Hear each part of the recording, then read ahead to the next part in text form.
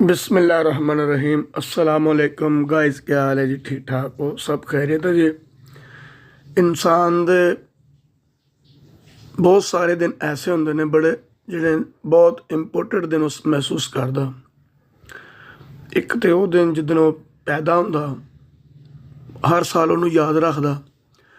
दूसरा ਉਹਦਾ दिन होंदा जी शादी का दिन होंदा जी, ईद के दिन होंगे ने। लेकिन तुसी महसूस किया कि हर खुशी वाले दिन भी अल्लाह पाक ने कहा जी मैनू याद रखो। इंसान पैदा होंदा तो कहा जाता कि तेन खुशी ਉਹਦੇ वालदैन का इस्लामी तरीके दे नाल ਉਹਦਾ इस्तकबाल किद्दां करते हैं। ਉਹਦੇ ਕੰਨ 'ਚ अजान दिंदे ने, यानी अल्लाह का जिक्र करते हैं। ईद का दिन आंदा जे, अल्लाह पाक फरमाते ने तुहानूं मैं खुशी दित्ती है तो मेरा शुक्र अदा करो, 2 नफल पढ़ो। असी ईद उल फितर के 2 नफल पढ़ते हैं, ईद उल अज़हा के भी 2 नफल पढ़ते हैं।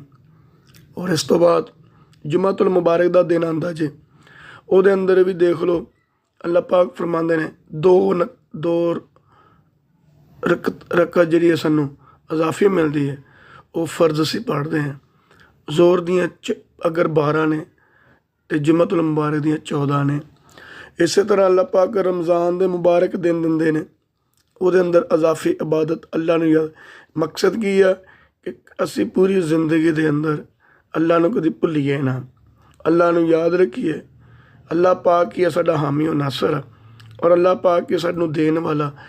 तो हर वक्त अल्लाह का शुक्र अदा करने ए जुबान जिहड़ी है, ए जुबान इन्ना अल्लाह का शुक्र हर वेले जुबान ते रहे। अल्लाह नूं ऐसा इंसान पसंद।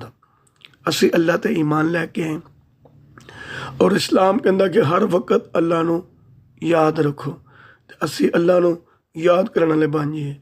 अल्लाह अल्लाह देखो, उठे हैं अल्लाह नूं याद करिए, सौन लगे हैं अल्लाह नूं याद करिए, कपड़े पान लगे हैं अल्लाह नूं याद करिए। हर मौके की दुआ अल्लाह पाक तो दुआ के भी अल्लाह पाक हर मौके की दुआ सानूं पढ़न की तौफीक देवे। अस्सलाम वालेकुम।